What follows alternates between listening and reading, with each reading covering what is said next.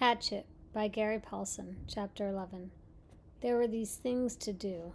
He transferred all the eggs from the small beach into the shelter, reburying them near his sleeping area. It took all his will to keep from eating another one as he moved them, but he got it done, and when they were out of sight again, it was easier. He added wood to the fire and cleaned up the camp area. A good laugh, that. Cleaning up the camp. All he did was shake out his windbreaker and hang it in the sun to dry the berry juice that had soaked in, and smooth the sand where he slept. But it was a mental thing. He had gotten depressed thinking about how they hadn't found him yet, and when he was busy and had something to do, the depression seemed to leave. So there were these things to do. With the camp squared away, he brought in more wood. He had decided to always have enough on hand for 3 days, and after spending one night with the fire for a friend, he knew what a staggering amount of wood it would take. He worked all through the morning at the wood, breaking down dead limbs and breaking or chopping them in smaller pieces, storing them neatly beneath the overhang. He stopped once to take a drink in the lake, and in his reflection he saw that the swelling on his head was nearly gone. There was no pain there, so he assumed that had taken care of itself. His leg was also back to normal, although he had a small pattern of holes, roughly star-shaped, where the quills had nailed him. And while he was standing at the lake shore, taking stock, he noticed that his body was changing. He had never been fat, but he had been slightly heavy with a little extra weight just above his belt at the sides. This was completely gone, and his stomach had caved in to the hunger, and the sun had cooked him past burning, so he was tanning. And with the smoke from the fire, his face was starting to look like leather. But perhaps more than his body was the change in his mind, or in the way he was becoming. I am not the same, he thought. I see, I hear differently. He did not know when the change started, but it was there.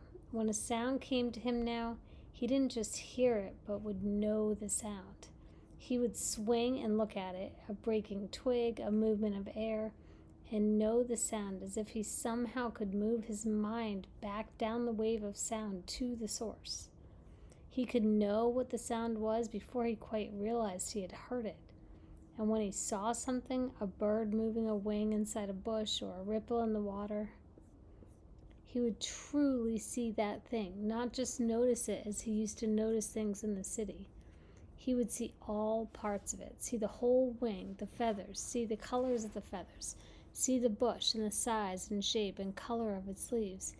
He would see the way the light moved with the ripples in the water and see that the wind made the ripples and which way that wind had to blow to make the ripples move in that certain way. None of that used to be in Brian, and now it was part of him, a changed part of him, a grown part of him, and the two things, his mind and his body, had come together as well, had made a connection with each other that he didn't quite understand. When his ears heard a sound or his eyes saw a sight, his mind took control of his body. Without his thinking, he moved to face the sound or sight, moved to make ready for it, to deal with it. There were these things to do. When the wood was done, he decided to get a signal fire ready. He moved to the top of the rock ridge that comprised the bluff over his shelter and was pleased to find a large flat stone area. More wood, he thought, moaning inwardly. He went back to the fallen trees and found more dead limbs, carrying them up on the rock until he had enough for a bonfire. Initially, he had the thought of making a signal fire every day, but he couldn't. He would never be able to keep the wood supply going. So while he was working, he decided to have the fire ready, and if he heard an engine or even thought he heard a plane engine, he would run up with a burning limb and set off the signal fire. Things to do. At the last trip to the top of the stone bluff with wood, he stopped, sat on the point overlooking the lake, and rested. The lake lay before him, 20 or so feet below, and he had not seen it this way since he had come in with the plane. Remembering the crash, he had a moment of fear, a breath-tightening little rip of terror, but it passed, and he was quickly caught up in the beauty of the scenery. It was so incredibly beautiful that it was almost unreal. From his height, he could see not just the lake, but across part of the forest. A green carpet, and it was full of life, birds, insects. There was a constant hum and song. At the other end of the bottom of the L, there was another large rock sticking out over the water, and on top of the rock, a snaggly pine had somehow found food and grown, bent and gnarled. Sitting on one limb was a bluebird with a crest and sharp beak, a kingfisher. He thought of a picture he had seen once, which left the branch while he watched and dove into the water. It emerged a split part of a second later. In its mouth was a small fish, wiggling silver in the sun. It took the fish to a limb, juggled it twice, and swallowed it whole. Fish. Of course, he thought, there were fish in the lake, and they were food, and if a bird could do it... He scrambled down the side of the bluff and trotted to the edge of the lake, looking down into the water. Somehow it had never occurred to him to look inside the water, only at the surface. The sun was flashing back up into his eyes, and he moved off to the side and took his shoes off and waded out 15 feet. Then he turned and stood still with the sun at his back and studied the water again. It was, he saw after a moment, literally packed with life. Small fish swam everywhere, some narrow and long, some round, most of them 3 or 4 inches long, some a bit larger, and many smaller.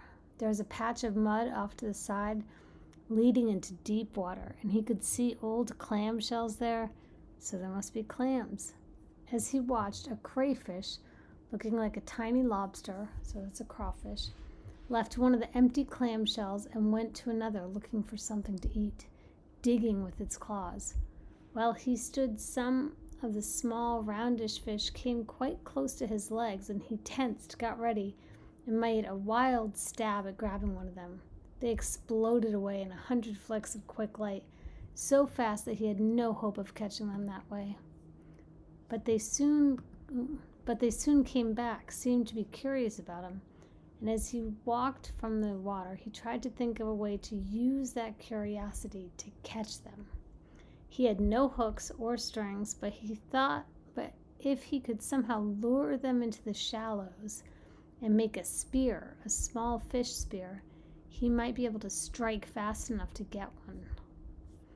He would have to find the right kind of wood, slim and straight. He had seen some willows up along the lake that might work, and he could use the hatchet to sharpen it and shape it while he was sitting by the fire tonight. And that brought up the fire, which he had to feed again. He looked at the sun and saw it was getting late in the afternoon, and when he thought of how late it was, he thought that he ought to reward all his work with another egg, and that made him think that some kind of dessert would be nice. He smiled when he thought of dessert, so fancy, and he wondered if he should move up the lake and see if he could find some raspberries after he banked the fire, and while he was looking for the right wood for a spear. Spearwood, he thought, and it all rolled together, just rolled together and rolled over him. There were these things to do.